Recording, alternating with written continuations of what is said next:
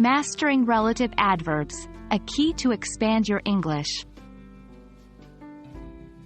Hello, English language learners. Welcome back to our series on adjectives and adverbs. Today, we're diving into an exciting topic: relative adverbs.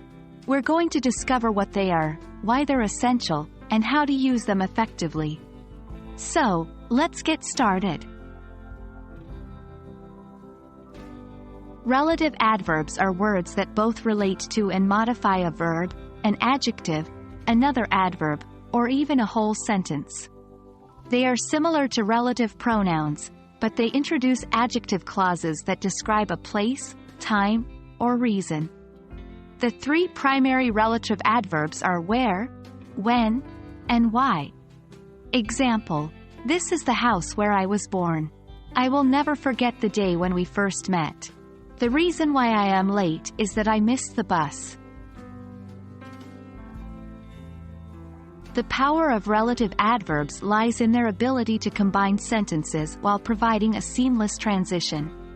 They can replace a preposition plus which. When using relative adverbs, pay attention to the context to choose the correct one. Let's break them down. 1. Where is used for places. Example: 2. London is a city. I was born there. 3. London is the city where I was born. 4. When is used for times. Example: 5. 2005 is the year. I graduated in that year. 6. 2005 is the year when I graduated. 7. Why is used for reasons. Example: 8. This is the reason. I am late because of this reason. 9. This is the reason why I am late. While relative adverbs can be a powerful tool, there are some common mistakes to avoid. 1. Don't use why for people. Use who instead. Incorrect. The man why helped me was very kind. Correct. The man who helped me was very kind. 2. Don't use where for time. Use when instead. Incorrect. The year where I graduated was 2005. Correct. The year when I graduated was 2005. 3. Don't use when for place. Use where instead. Incorrect.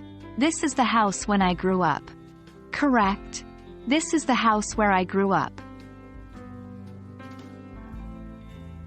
There you have it. We've unpacked the world of relative adverbs, from their definition to how to use them correctly. With relative adverbs like where, when, and why, you can add more complexity and fluency to your English. Keep practicing, and remember, every step you take brings you closer to mastery. Until next time, happy learning!